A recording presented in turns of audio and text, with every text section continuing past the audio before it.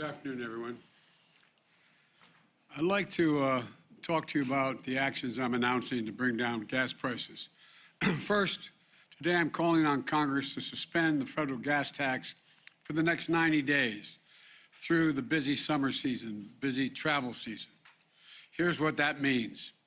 Every time you go to the gas station to fill your tank, the federal government charges an 18-cent tax per gallon of gas that you purchase, and a 24-cent tax per gallon of diesel you purchase. It's a tax that's been around for 90 years. It's important because we use it for the Highway Trust Fund to keep our highways going.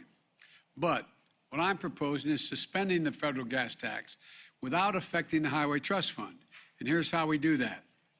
With the tax revenues up this year and our deficit down over $1.6 trillion this year alone, we'll still be able to fix our highways and bring down prices of gas. We can do both at the same time.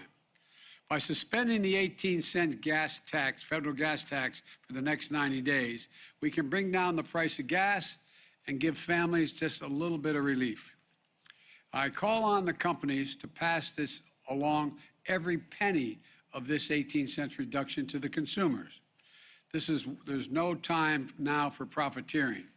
There are a number of other proposals by Democrats in the House and the Senate, and I hope my call for action can help move those proposals forward as well.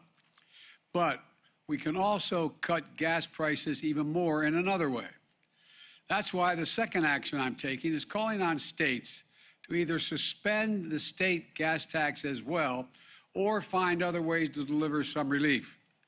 State gas taxes average 30 cents per gallon. Already, some states have acted.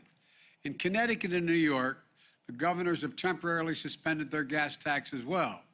In Illinois and Colorado, governors delayed theirs to give families a bit more breathing room as well. In Minnesota, Governor Walz proposes using state budget surpluses to give households a rebate that will help them pay for gas at the pump or other essential needs. I'm calling on more states and local governments to take actions like these. Thanks to our historic economic recovery, which fortified state budgets that had been hurt in the pandemic, states are now in a strong position to be able to afford to take some of these actions. Now, I fully understand that a gas tax holiday alone is not going to fix the problem, but it will provide families some immediate relief, just a little bit of breathing room as we continue working to bring down prices for the long haul. Third, I'm calling on the industry to refine more oil into gasoline and to bring down gas prices. Let me explain. I know my Republican friends claim we're not producing enough oil and I'm limiting oil production. Quite frankly, that's nonsense. Here's the truth. Just this month, America produced 12 million barrels of oil per day.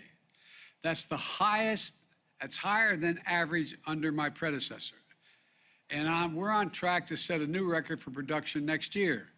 Plus, I've added to that supply of oil by releasing a record 1 million barrels of oil per day from what's called the Strategic Petroleum Reserve.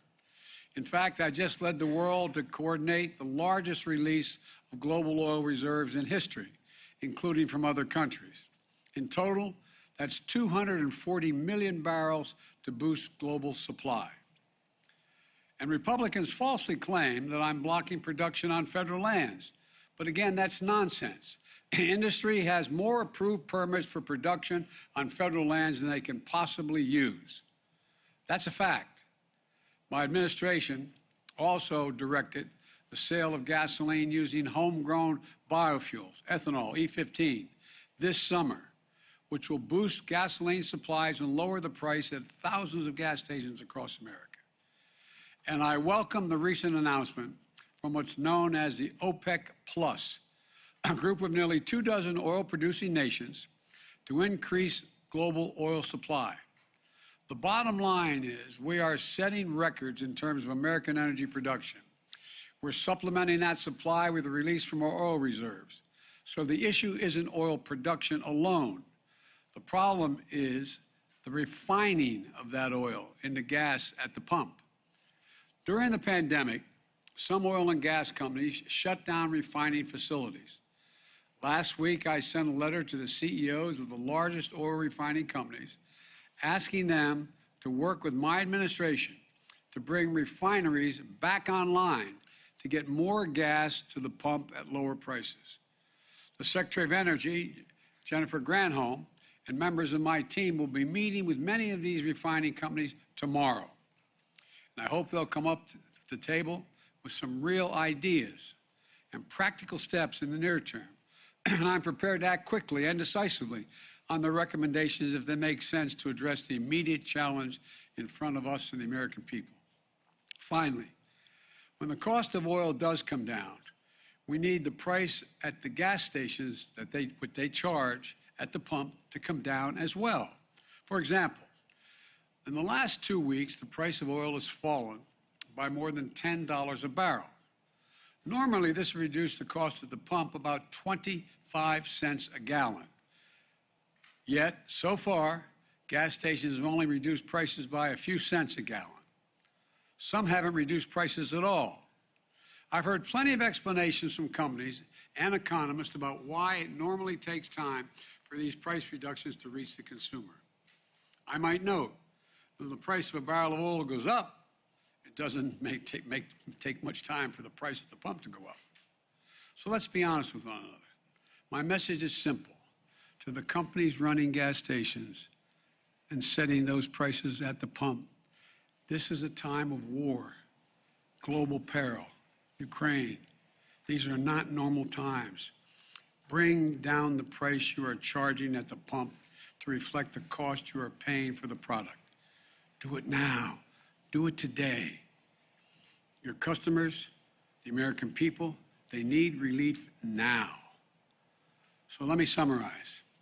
Today I'm calling for a federal gas tax holiday, state gas tax holiday for the equivalent relief to customers, oil companies to use their profits to increase refining capacity rather than buy back their own stock, gas stations to pass along the decrease in oil prices to lower prices at the pump. And together, these actions could help drop the price at the pump by up to $1 a gallon or more. It doesn't reduce all the pain, but it would be a big help. I'm doing my part. I want the Congress, the states, and the industry to do their part as well. And let's remember how we got here. Putin invaded Ukraine. Putin invaded Ukraine with 100,000 forces. Just look at the facts. Since the start of the war in Ukraine this year, gas prices have risen by almost $2 a gallon in the United States and sometimes more around the world. But it wasn't just Putin's invasion of Ukraine. It was the refusal of the United States and the rest of the free world to let Putin get away with something we haven't seen since World War II. I said at the time, siding with Ukraine during the most serious aggression in Europe since World War II, defending freedom, defending democracy, was not going to go without cost for the American people and the rest of the free world. We were going to have to pay a price as well in the cost of military equipment, economic assistance, humanitarian relief, and sanctioned Russian banking industries. Russia is also one of the largest oil producers in the world. We cut off Russian oil into the United States, and our partners in Europe did the same, knowing that we would see higher gas prices.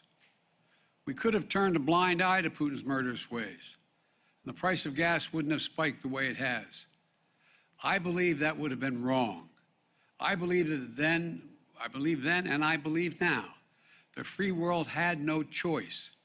America could not stand by, and the West could not have stood by, although some suggested at the time, and just watch Putin's tanks roll in Ukraine and seize a sovereign country.